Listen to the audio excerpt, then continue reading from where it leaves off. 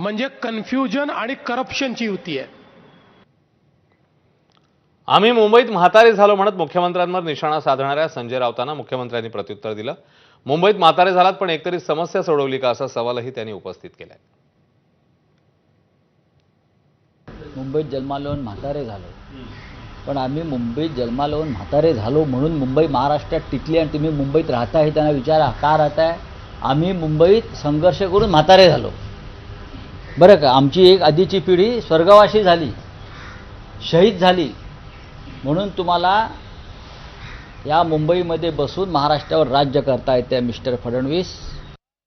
हे म्हणतात आम्ही मुंबईत जन्मलो म्हणून मुंबईकरांच्या समस्या आम्हाला माहिती आहे.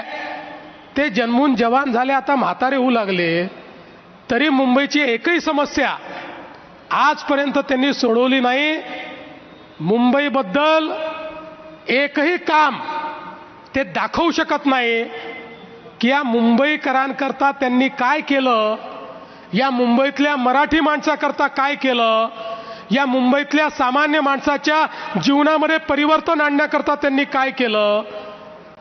जर तुम्ही काहीच दाखवू शकत नाही तर केवळ मुंबईमध्ये तुम्ही जन्माला आले म्हणून तुम्हाला फूल आणि हार घालायचे का? महापालिका निवडणुकीच्या